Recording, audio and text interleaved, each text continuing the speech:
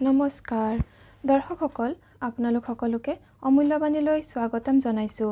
আজিৰ ভিডিঅ'টোৰ বিষয় হৈছে কোন শত্ৰুৱে আপোনাৰ পিছত পৰি ক্ষতি কৰাৰ চেষ্টা কৰি আছে মনে মনে সেই বিষয়ে জনাৰ আজি এটা বিশেষ উপায় আপোনালোকক জনাবলৈ লৈছো।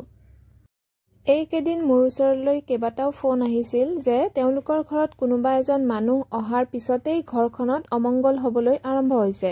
মানে তেওঁলোকৰ ৰিলেটিভৰে কোনোবা এজন মানুহ ঘৰলৈ আহিলে তাৰ পিছতে তেওঁলোকৰ ঘৰৰ গৰু ছাগলীবোৰ মৰিবলৈ ধৰিলে, হাঁহ কুকুৰা সেইবোৰো মৰিবলৈ আৰম্ভ কৰিলে, বেমাৰ লাগিবলৈ ধৰিলে, মুঠতে সকলো ফালৰ পৰা অনিষ্ট হ'বলৈ আৰম্ভ হ'ল।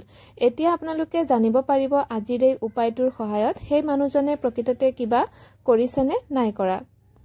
উপায়টো কৰিবৰ বাবে আপোনালোকক দুটা বিশেষ বস্তুৰ দৰকাৰ হ'ব। এটা হৈছে কপুৰ মানে কেম্ফৰ, যিটো আমি পূজাত ব্যৱহাৰ কৰোঁ। জুই লগালেই জ্বলি যায় সেই কপুৰ লাগিব, আৰু লগতে আপোনালোকক লাগিব অলপমান হিঙৰ গুড়ি। এতিয়া আপোনালোকক লাগিব ৰাস্তাত কুকুৰ শুই থকা ঠাই, মানে ঘৰচীয়া কুকুৰ হ'লে নহ'ব, যি কুকুৰ ৰাস্তাত থাকে সেই তেনেকুৱা কুকুৰ হ'ব লাগিব। আৰু সেই তেনেকুৱা কুকুৰ যি ৰাস্তাত শুই আছে সেই ঠাইত কুকুৰ শুই থকা ঠাইখিনিৰ ওপৰত আপুনি আপোনাৰ যিমানটা মানুহৰ ওপৰত সন্দেহ আছে, মানে যাৰ যাৰ ওপৰত আপোনালোকৰ সন্দেহ আছে মনত, তেওঁলোকৰ নাম লৈ লৈ কুকুৰ শুই থকা ঠাইখিনিৰ ওপৰত এটুকুৰা এটুকুৰাকৈ কপুৰ ৰাখি দিব, আৰু তাৰ ওপৰত সেই মানুহকেইজনৰ নাম লৈ লৈ অলপমানকৈ হিং দি দিব কপুৰ কেইটুকুৰাৰ ওপৰত।